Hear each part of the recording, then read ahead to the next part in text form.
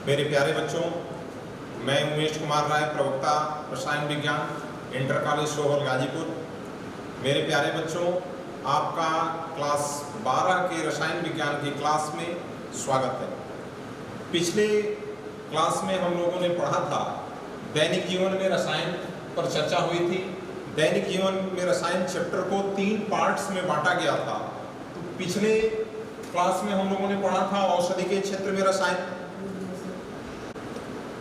पिछले क्लास में हम लोगों ने पढ़ा था औषधि के क्षेत्र में रसायन। भोजन में रसायन और अपमार्जक पर आज चर्चा होगी। मेरे प्यारे बच्चों, थोड़ा सा पिछले वीडियो की चर्चा कर लेते हैं। औषधि के क्षेत्र में रसायन में हम लोगों ने औषधि किसको बोला जाता है, औषधि और ड्रग्स एक ही है या अलग अलग है, इसके बारे में चर्चा हुई थी।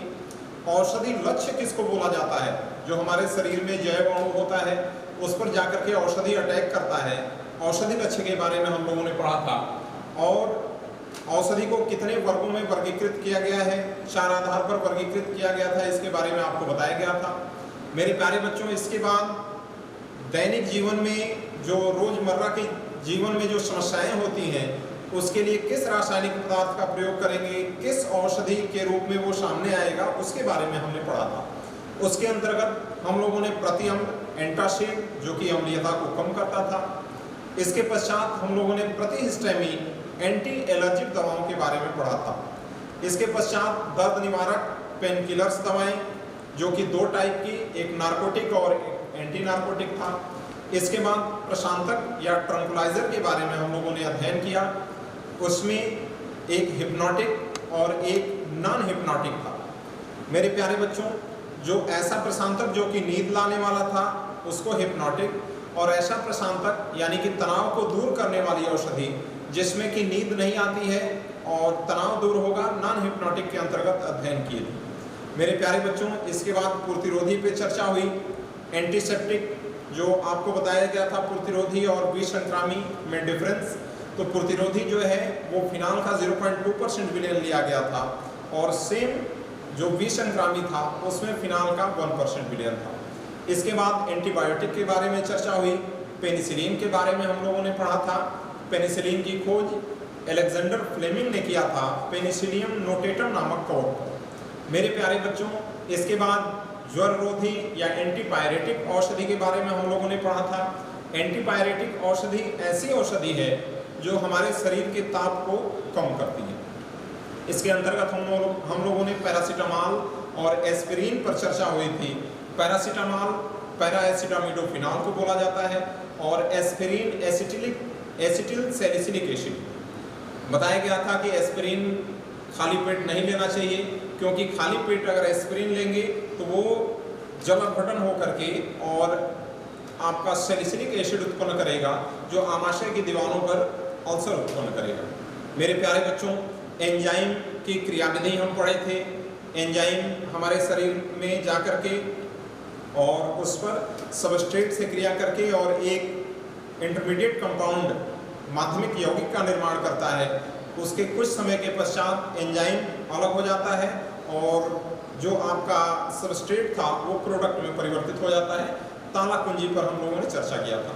मेरे प्यारे बच्चों, आज के इस सेक्शन में हम भोजन में रसायन और अपमार्जक पर चर्चा करेंगे। भोजन में रसायन, इसमें भोजन में रसायन की क्या आवश्यकता हुई, किसके लिए हम भोजन में रसायन का प्रयोग करते हैं।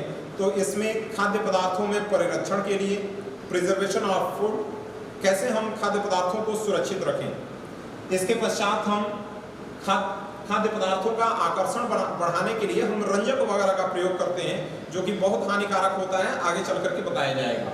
फिर खाद्य पदार्थों की पौष्टिकता में संवर्धन करने के लिए हम कुछ मिनरल्स वगैरह का प्रयोग करेंगे। मेरे प्यारे बच्चों, खाद्य पदार्थों में रसायन मिलाने के लिए कौन कौन से इसमें स्टेप्स आएंगे, क्या क्या होगा। तो इसमें पहला एंटीऑक्सीडेंट्स है, दूसरा इसमें सुगंध तथा मिष्ठाकारक फ्लेवरिंग एंड स्वीटनर्स है, तीसरा परिरक्षक प्रिजर्वेटिव्स है, चौथा खाद्य रंजक फूड कलर्स है जो कलरिंग एजेंट होता है, और पांचवा वसा इमल्सीकारक तथा अस्थायीकारक पदार्थ को स्टेबलाइज करने के लिए यूज किया जाएगा। छठा आटा सुधारक, जो कि बासीपन को रोकता है। और सातवां पौष्टिकता पूरक आपका न्यूट्रल्स सप्लीमेंट्स है, जैसे खनिज पदार्थ, विटामिन और एमिनो एसिड्स। मेरे प्यारे बच्चों, इन जितने खाद्य पदार्थों का में रसायन का यूज होता है, इसमें 1 से लेकर के 6 तक का हमारे पौष्टिकता से कोई मतलब नहीं है। केवल 7वां जो पौष्टिकता पूरक है आपका न्यूट्रियल सप्लीमेंट्स है, खनिज, विटामिन और एमिनो एसिड, इसी का हमारे दैनिक जीवन में हमको हमारे शरीर के पोषण से मतलब है। मेरे प्यारे बच्चों, इसके पश्चात सही है मेरे प्यारे बच्चों, हम सबसे पहले एंटीऑक्सीडेंट्स के बारे में जानें। एंटीऑक्सीडेंट्स किसको बोला जाएगा? तो ऐसा रासायनिक पदार्थ जो पदार्थ को ऑक्सीकृत होने से रोकता है, पदार्थ को ऑक्सीकृत होकर के उसको खराब कर देगा। जैसे नमकीन वगैरह का पैकेट है, आप देखोगे जो चिप्स वगैरह होता है, लेज का पैकेट है, उसको एयर टाइट करके दिया जाता है, क्योंकि वो ऑक्सीजन से अभिक्रिया करके और उसको खराब कर देगा। इसके लिए हम क्या करते हैं कि एंटीऑक्सीडेंट्स का यूज करते हैं। एंटीऑक्सीडेंट्स ऑक्सीजन से क्रिया को रोकेगा पदार्थ को, जिससे कि पदार्थ जो है वो लंबे समय तक चलेगा। मेरे प्यारे बच्चों, इसके अंतर्गत हम BHT ब्यूटिलीकृत हाइड्रोक्सी टॉलुएन और ब्यूटिलीकृत हाइड्रोक्सी एनिसियोल के बारे में देखते हैं। ब्यूटिलीकृत हाइड्रोक्सी टॉलुएन और ब्यूटिलीकृत हाइड्रोक्सी एनिसियोल है। एनिसियोल किसको बोला जाता है? जब बेंजीन के ऊपर OCH3 जुड़ा रहेगा, मेथॉक्सी बेंजीन, उसी को एनिसियोल बोला जाता है। तो ब्यूटिलीकृत हाइड्रोक्सी एनिसियोल और ब्यूटिलीकृत हाइड्रोक्सी टॉलुएन का अध्ययन इसके अंतर्गत हम एंटीऑक्सीडेंट के रूप में बहुतायत मात्रा में करते हैं। मेरे प्यारे बच्चों, BHA ब्यूटिलीकृत हाइड्रोक्सी एनिसियोल जो है वो घी वगैरह के लिए बहुत अच्छा एंटीऑक्सीडेंट है। ये घी के जो ड्यूरेशन है, खराब होने का जो समय है, उसको महीनों से बदल करके सालों में परिवर्तित कर देता है। अगर मिला देंगे तो घी वसा जो होगा वो बहुत अधिक दिनों तक सुरक्षित रह सकती है। इसके बाद कृत्रिम मिष्टाकारक या संश्लेषित मधुरक, ऐसा पदार्थ जो भोज्य पदार्थों में जो नेचुरल शुगर है उसके स्थान पर प्रयोग किया जाए, उसको कृत्रिम मिष्टाकारक या संश्लेषित मधुरक यानी कि जो बना करके स्वीटनर डाला जाए, उसको बोला जाता है। मेरे प्यारे बच्चों, जो सामान्य शर्करा है, सुक्रोज C12H22O11, उसके कारण से व्यक्ति का शरीर का फैट बढ़ता जाता है, वजन बढ़ता जाता है, शुगर के रोगियों के लिए अत्यंत हानिकारक है। तो इसमें शरीर में कैलोरी को बढ़ाता है। इसके लिए हम कृत्रिम मधुरक जैसे एस्पार्टेम है, सैक्रीन है, एलिटेम है, इसका प्रयोग करते हैं, जिसका कैलोरी मान 0 होता है। तो इसमें कृत्रिम मधुरक के अंतर्गत हम सैक्रीन या प्रथम कृत्रिम मिष्टाकारक है तथा रासायनिक रूप से आर्थोसल्फोबेंजीमाइड होता है।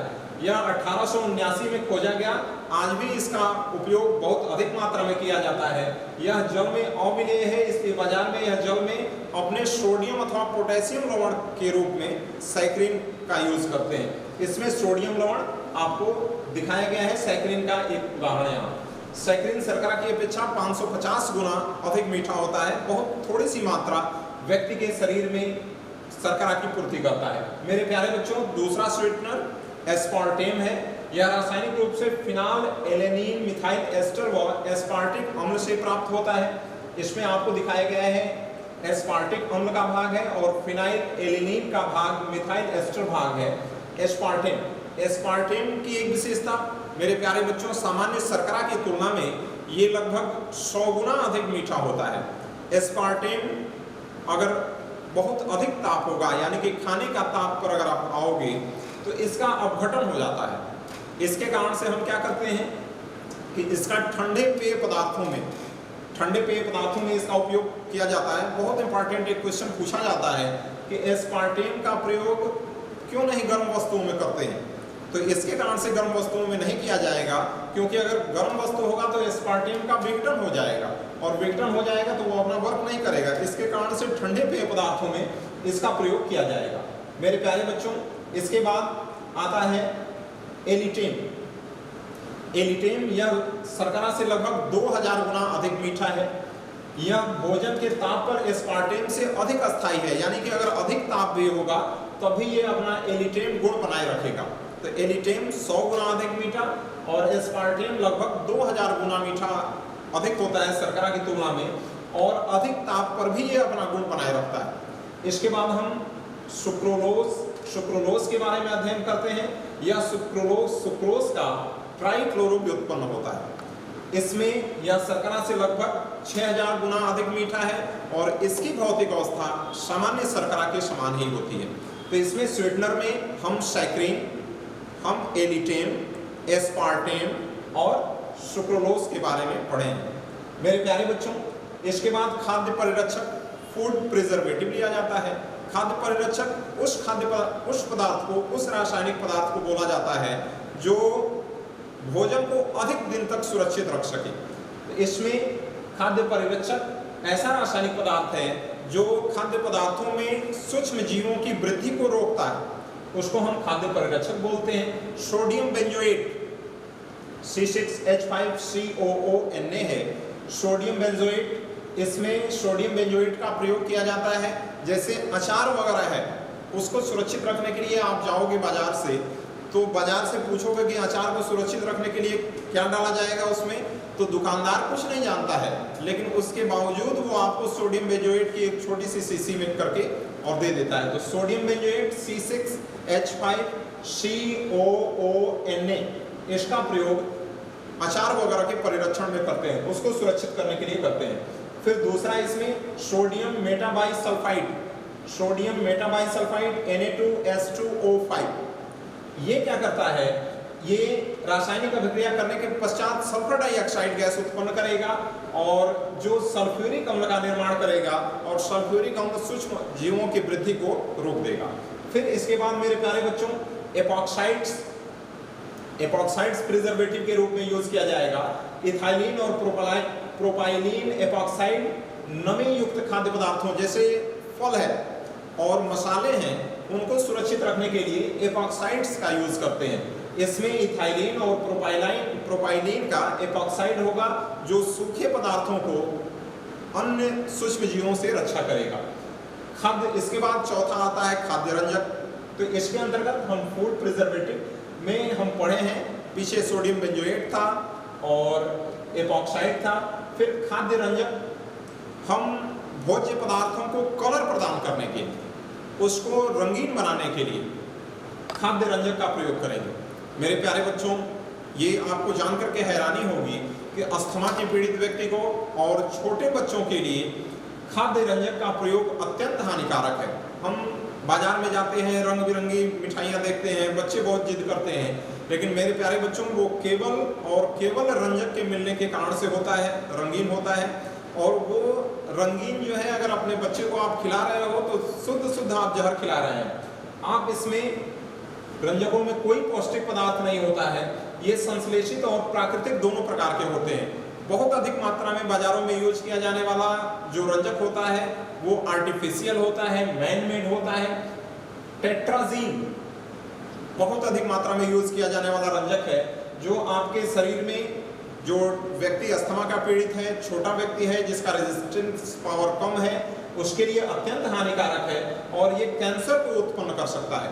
मेरे प्यारे बच्चों, इसलिए खाद्य पदार्थों में संश्लेषित रंजक का प्रयोग अत्यंत वर्जित है।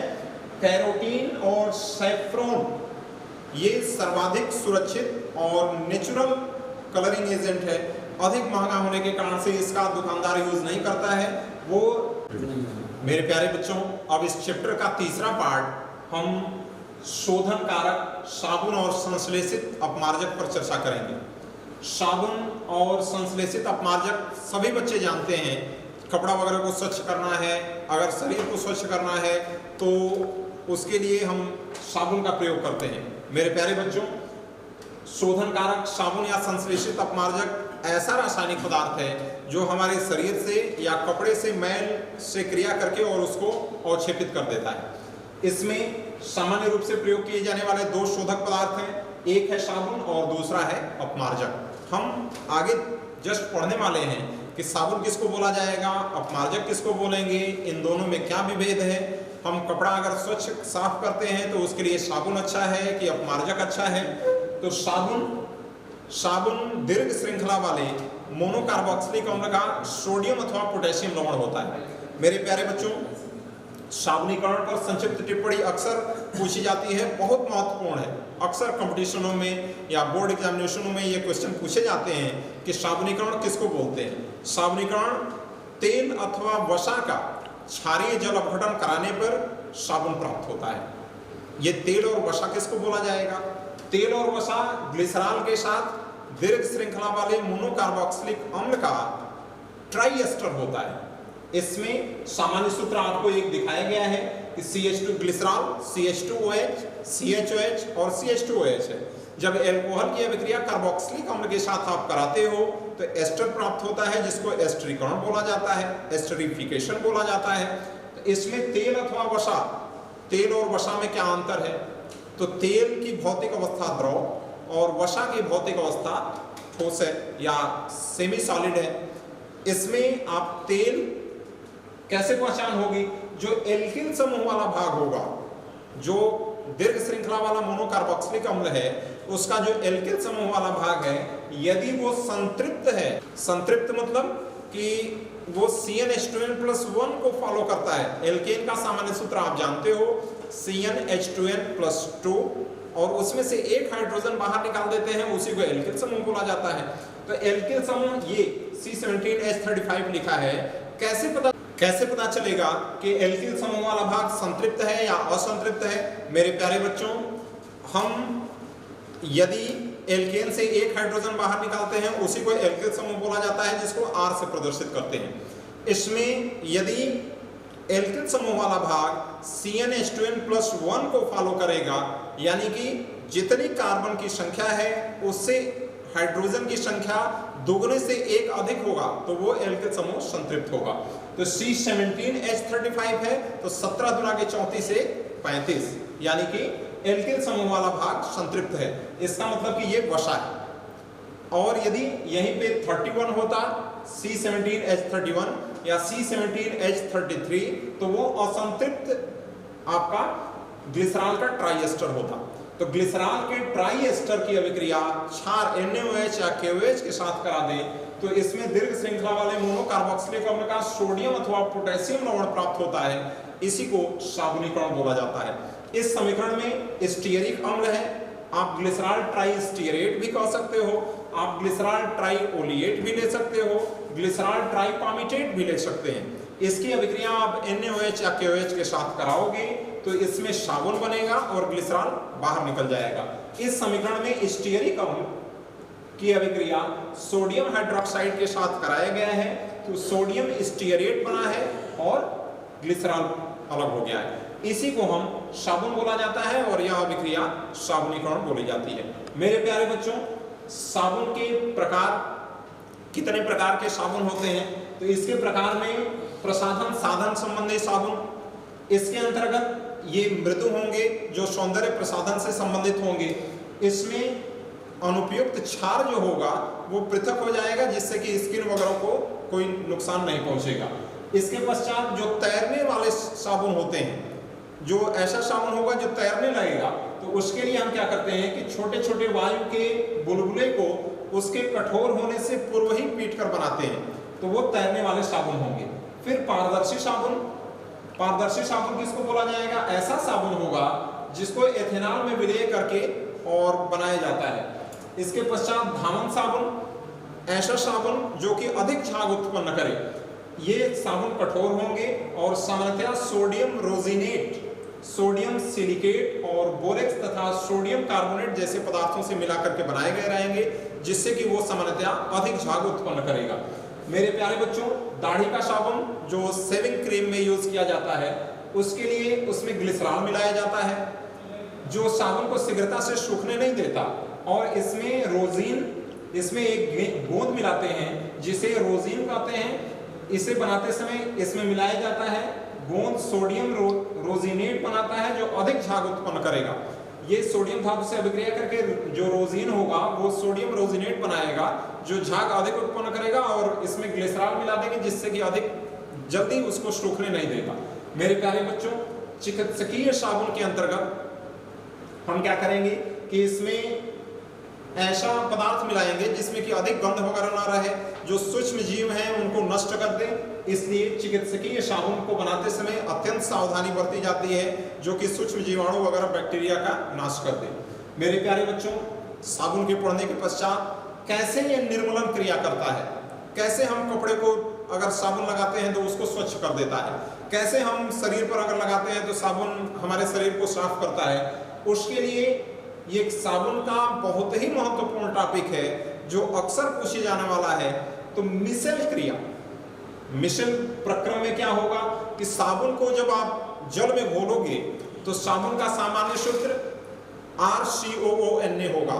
R जो होगा वो दीर्घ श्रृंखला वाला एल्किल समूह होगा, वो C17 C17 H35 COONA sodium stearate होगा, C17 H33 COONA C17 H31 COONA होगा। तो मेरे प्यारे बच्चों, जब हम साबुन को जल में घोलेंगे तो RCOONA है, उसको जब जल में घोलोगे तो वो RCOO1 नेगेटिव और Na1 पॉजिटिव में अपघटित होगा। यहाँ पे दिखाया गया है Na1 पॉजिटिव में, और ये बीच वाला जो भाग है वो RCOO1 नेगेटिव है, जो दीर्घ श्रृंखला वाला एल्किल समूह था। दीर्घ श्रृंखला वाला एल्किल समूह आपस में जुड़ करके और मिशेल बनाएगा। मिशेल क्या करेगा, वो चिकनाई वगैरह को अपने अंदर अवशोषित करेगा और धूल इत्यादि का कण, आप कोलाइडी विलयन पीछे के चैप्टरों में पढ़ चुके हो, वो क्या करता है, तो कोलाइडी विलयन में आप पढ़े हैं कि जो अशुद्धियां होती हैं उन पर ऋणावेश होता है, और ऋणावेश इन Na1 पॉजिटिव के द्वारा उदासीन हो जाएंगे, अवक्षेपित हो जाएंगे, और ये जो RCOO1 नेगेटिव आपस में मिलकर के मिशेल कण बनाया है वो चिकनाई वगैरह को अपने अंदर अवशोषित कर लेगा, जिससे कि कपड़ा जो होगा वो स्वच्छ हो जाएगा। मेरे प्यारे बच्चों, निर्मलन की क्रिया बहुत इंपॉर्टेंट, आप निश्चित रूप से इस पे ध्यान रखोगे। निर्मलन की क्रिया में साबुन RCOONA है, वो अपघटित होकर के RCOO1 नेगेटिव और Na1 पॉजिटिव में अपघटित होगा। Na1 पॉजिटिव ऋणावेशों को अवक्षेपित करेगा और RCOO1 नेगेटिव आपस में मिलकर के मिशेल बनाएगा, ये जो बीच का भाग दिख रहा है, और मिशेल जो होगा वो चिकनाई को, तेल को अपने अंदर अवशोषित कर लेगा, कपड़ा जो होगा वो स्वच्छ हो जाएगा। मेरे प्यारे बच्चों, शोधन पदार्थ के रूप में साबुन की सीमाएं कुछ हैं। इसमें साबुन जो होता है वो मृदु जल में ही कपड़े को केवल साफ करता है, कठोर जल में इसका हाथ बंध जाता है। क्यों ऐसा है? साबुन जो है कठोर जल में, कठोर जल कैल्शियम और मैग्नीशियम के कार्बोनेट के घुलने के कारण से होता है। तो जब साबुन को हम डालेंगे कठोर जल में तो वो क्या करेगा कि उसमें कैल्शियम और मैग्नीशियम जो आयन होगा वो साबुन से अभिक्रिया करके इसके सोडियम आयन को प्रतिस्थापित कर देगा और कैल्शियम और मैग्नीशियम लवण बना देगा, जो कि जल में अविलेय होगा। इसके कारण से जो मृदु साबुन, अगर मृदु जल है उसमें साबुन अच्छा वर्क करेगा, लेकिन कठोर जल में ये कैल्शियम और मैग्नीशियम के साथ अभिक्रिया करके और कैल्शियम मैग्नीशियम लवण बना देगा। इसके कारण से मृदु जल में हम साबुन का यूज करेंगे, कठोर जल में वो उतना अच्छा वर्क नहीं करेगा। मेरे प्यारे बच्चों, इसके बाद संश्लेषित अपमार्जक पर हम आते हैं। संश्लेषित अपमार्जक, इसको सिंडेट्स भी बोला जाता है। अपमार्जक किसको बोलेंगे?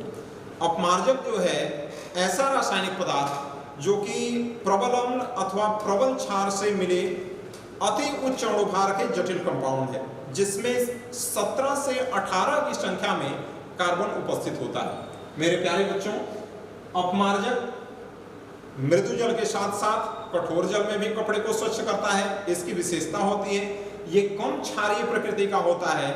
इसके कारण से कपड़े को अगर स्वच्छ करेंगे, कपड़े को यदि हमको साफ करना है तो उसमें अधिक अगर उसकी लाइफ को बढ़ाना है तो उसके लिए हम अपमार्जक का प्रयोग करते हैं।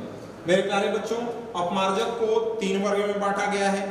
एक ऋणायनिक अपमार्जक है, एक धनायनिक अपमार्जक है और एक उदासीन अपमार्जक है। ऋणायनिक अपमार्जक के अंतर्गत इसमें कपड़े वगैरह को स्वच्छ करना है। सोडियम लारिल सल्फेट और सोडियम पैराडोडेसिल बेंजीन सल्फोनेट इसका उदाहरण है। आपसे पूछा गया था अभी IIT मेंस में 2016-17 में ये क्वेश्चन आया था कि सोडियम लारिल सल्फेट धनायनिक अपमार्जक है या ऋणायनिक अपमार्जक है। तो इसमें सोडियम लारिल सल्फेट, मेरे प्यारे बच्चों, इसका जो बड़ा वाला भाग है वो ऋणावेशित है। सोडियम लॉरेल सल्फेट में जो बड़ा भाग है CH3 CH2 का 10 टाइम्स CH2OSO3Na, इसमें जो ये मैक्सिमम कवरिंग एरिया है, जो अधिकतर भाग है वो ऋणावेशित है, इसके कारण से इसको ऋणावेशित अपमार्जक बोला जाता है। और सोडियम डोडेसिल बेंजीन सल्फोनेट, इसका भी जो अधिक बड़ा वाला भाग है वो ऋणावेशित है, इसके कारण से इसको ऋणावेशित अपमार्जक कहते हैं। फिर धनावेशित अपमार्जक के अंतर्गत ऐसा अपमार्जक है, ये लंबी श्रृंखला वाले एल्किल समूह युक्त क्वार्टनरी अमोनियम लवण होते हैं। अमोनियम लवण अमोनिया के क्लोराइड या ब्रोमाइड लवण होंगे, इसमें बोला जाता है इसको क्वार्टनरी होता है, नाइट्रोजन पर धनावेश होता है, इसका जो अधिक बड़ा वाला भाग है वो धनावेशित है, इसके कारण से इसको धनावेशित अपमार्जक बोला जाता है। धनावेशित अपमार्जक जो है वो ऋणावेशित अपमार्जक की तुलना में थोड़ा सा महंगा मिलता है। फिर अनायनिक अपमार्जक ऐसा अपमार्जक होगा जो कि इसमें अनायनिक अपमार्जक जो होगा ये कोई आयन उत्पन्न नहीं करेगा और अधिक अणुभार वाले एस्टर होंगे। इसका उपयोग बर्तन वगैरह धुलते हैं, हम विम बार वगैरह का यूज करते हैं, उसको बनाने में इसका प्रयोग किया जाता है। मेरे प्यारे बच्चों, अपमार्जक और साबुन में श्रेष्ठता आप खुद बता सकते हो कि कौन सा अच्छा है। साबुन जो है वो तेल अथवा वसा का क्षार के साथ दीर्घ श्रृंखला वाला मोनोकार्बोक्सिलिक अम्ल का सोडियम अथवा पोटेशियम लवण है, जबकि अपमार्जक अति उच्च अणुभार के जटिल अणुभार वाले प्रबल अम्ल अथवा प्रबल क्षार के बृहद अणु हैं। इसमें कौन श्रेष्ठ होगा? तो कपड़े को स्वच्छ करने के लिए साबुन जो होगा, साबुन क्या करेगा, वो क्षारीय प्रकृति का होगा, तो कपड़ा जो होगा वो जल्दी खराब होगा। और अपमार्जक के प्रयोग से कपड़े की लाइफ जो होगी वो अधिक होगी और अच्छा साफ करेगा। साबुन केवल मृदु जल में, परंतु अपमार्जक जो होगा वो मृदु जल के साथ साथ कठोर जल में भी कपड़े को स्वच्छ करेगा। मेरे प्यारे बच्चों, इस पूरे चैप्टर में हम आज के वीडियो में ये बात करें तो कौन कौन सी चीजें हम पढ़ें। हम लोगों ने पढ़ा कि मधुरक या खाद्य पदार्थों में रसायन कौन कौन से प्रयोग किए जाते हैं, खाद्य पदार्थों में एंटीऑक्सीडेंट्स क्यों मिलाए जाते हैं। तो एंटीऑक्सीडेंट्स क्या करेगा, खाद्य पदार्थों के ऑक्सीकरण को रोकेगा। तो एंटीऑक्सीडेंट के लिए BHT और BHA बताया गया है, ब्यूटाइलकृत हाइड्रोक्सी एनएसीओल, ब्यूटाइलकृत हाइड्रोक्सी टॉल्विन का प्रयोग करते हैं। फिर इसके बाद मेरे प्यारे बच्चों, आप पढ़े हो कौन सा यूज किया जाएगा। मेरे प्यारे बच्चों, इस पूरे चैप्टर में हम लोगों ने दैनिक जीवन में रसायन से संबंधित जो भी रसायन प्रयोग किए जाते हैं उसके बारे में हम लोगों ने पढ़ा। दैनिक जीवन में जो मेडिसिन यूज होता है उसमें कौन से रासायनिक पदार्थ प्रयोग किए जाते हैं। इसमें हम मधुरक वगैरह के रूप में जो शुगर का व्यक्ति जो सैकरिन वगैरह का यूज करता है उसमें वो किस पदार्थों से मिलकर के बना होता है, इसके बारे में हम लोगों ने अध्ययन किया। मेरे प्यारे बच्चों, खाद्य पदार्थों को सुरक्षित रखने के लिए हम कौन से पदार्थ यूज करें, कौन से रासायनिक पदार्थ यूज करें, उसके बारे में हम लोगों ने अध्ययन किया। हम लोगों ने अपमार्जक के रूप में साबुन और डिटर्जेंट में कौन अच्छा है, साबुन किसको बोला जाएगा, साबुनीकरण किसको बोला जाएगा, साबुन की निर्मलन क्रिया क्या होगी, इसके बारे में हम लोगों ने पढ़ा। मिसेल प्रक्रम, मिसेल कैसे बनता है, तो उसमें साबुन अपघटित होकर के और उसका जो RCOO1 नेगेटिव वाला भाग मिसेल बनाता है, Na1 पॉजिटिव होगा। मिसेल जो होगा चिकनाई वगैरह को अवशोषित करेगा और Na1 पॉजिटिव धूल इत्यादि के अशुद्धियों को नीचे बैठा देगा। और इसके बाद डिटर्जेंट के बारे में हम लोगों ने पढ़ा कि अति उच्च अणुभार का बृहद अणु है और ये 3 प्रकार का, धनायनिक अपमार्जक, ऋणायनिक अपमार्जक और अनायनिक अपमार्जक। फिर इन दोनों में श्रेष्ठ कौन सा है, तो साबुन जो होगा केवल वो मृदु जल में और अपमार्जक जो होगा वो मृदु जल के साथ साथ कठोर जल में भी कपड़े को स्वच्छ करेगा। मेरे प्यारे बच्चों, हम लोगों ने ये भी जाना कि कठोर जल में आखिर साबुन क्यों नहीं वर्क करता है। तो क्यों नहीं करेगा, क्योंकि साबुन जो सोडियम लवण है, दीर्घ श्रृंखला वाले मोनोकार्बोक्सिलिक अम्ल का सोडियम लवण है, वो कैल्शियम जो कठोर जल है उसके कैल्शियम और मैग्नीशियम से क्रिया करके उसको वो अविलेय पदार्थ बना देता है जो अपने अंदर झाग उत्पन्न नहीं करता। मेरे प्यारे बच्चों, आप लोगों ने इतना इस चैप्टर से कुछ सीखा और फिर आगे आप पढ़ते रहोगे। बहुत बहुत धन्यवाद।